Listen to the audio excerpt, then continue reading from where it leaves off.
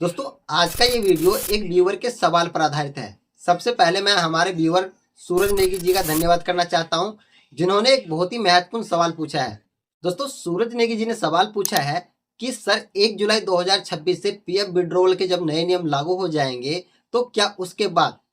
एलएनएस, education, marriage और house contraction के लिए एडवांस पीएफ विड्रॉवल बंद हो जाएंगे क्या? क्या इन सभी कारणों से पहले की तरह पीएफ का पैसा विड्रॉवल कर पाएंगे या नहीं?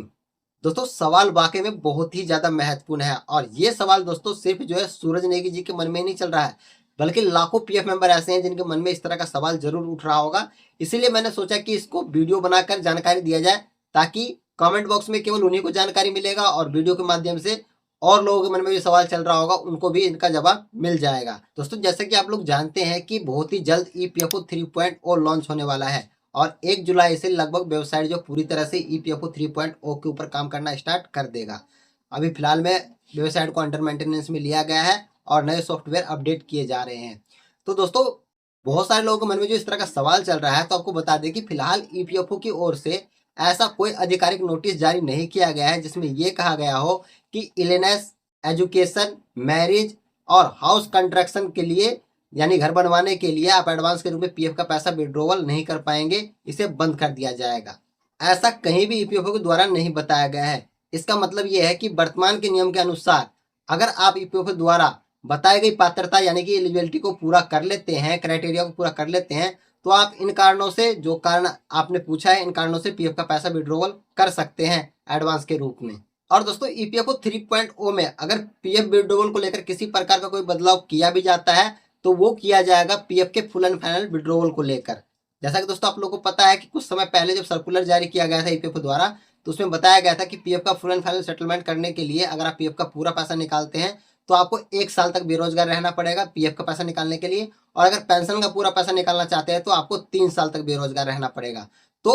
अगर ईपीएफओ 3.0 नियम के तहत ये नया नियम भी लागू किया जाता है पीएफ विड्रॉवल को लेकर, तो ये नियम लागू होगा, पीएफ का फुल एंड फाइनल विड्रॉवल वाला नियम जो है ये लागू कर दिया जाएगा। और एडवांस के रूप में आप जो पीएफ का पैसा विड्रॉवल करेंगे, तो अभी तो क्या होता है कि हमारा जो सैलरी से कटकर जमा होता है 12%, उसी में से हम एडवांस के रूप में पीएफ का पैसा विड्रॉवल कर पाते हैं। लेकिन अगर नया नियम लागू हो जाता है पीएफ विड्रॉवल को लेकर, तो जब जब हम एडवांस के रूप में पीएफ का पैसा विड्रॉवल करेंगे, उसमें से एम्प्लॉय शेयर और एम्प्लॉयर शेयर दोनों में से हम 75% तक विड्रॉवल कर सकते हैं। और बाकी जो आपने पारा बताया है, एलएनएस पारा, एजुकेशन पारा, मैरिज और हाउस कंट्रैक्शन, तो ये पारा कंटिन्यू चलता ही रहेगा, इसमें किसी प्रकार का कोई बदलाव नहीं किया जाएगा। हाँ, इनको 3 कैटेगरी में जरूर बांट दिया गया है। इसके अलावा दोस्तों जब तक ईपीएफओ द्वारा कोई नया सर्कुलर जारी नहीं किया जाता है, कोई जानकारी शेयर नहीं किया जाता है, तब तक ये कहना गलत होगा कि पीएफ विड्रॉवल के नियम में किसी प्रकार का कोई बदलाव किया गया है। हाँ दोस्तों, ईपीएफओ 3.0 के तहत सिस्टम को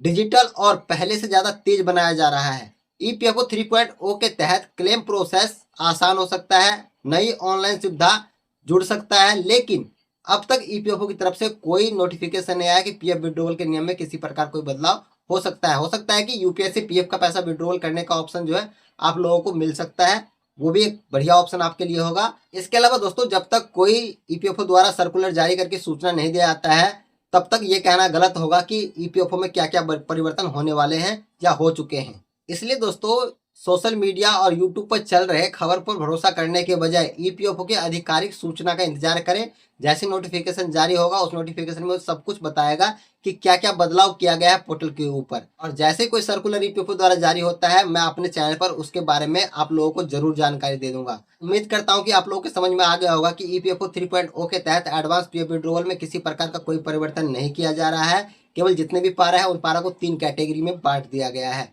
बाकी दोस्तों आप लोगों के मन में भी किसी प्रकार का कोई सवाल चल रहा है पीएफ संबंधित, ईपीएस 95 पेंशन संबंधित या ईपीएफओ 3.0 के संबंधित, तो आप अपने सवाल कमेंट बॉक्स में जरूर दीजिएगा और आपका सवाल जो है अगली टॉपिक भी बन सकता है, उसके ऊपर वीडियो बनाया जा सकता है। तो जल्दी से कमेंट करके अपने सवाल टाइप कीजिए।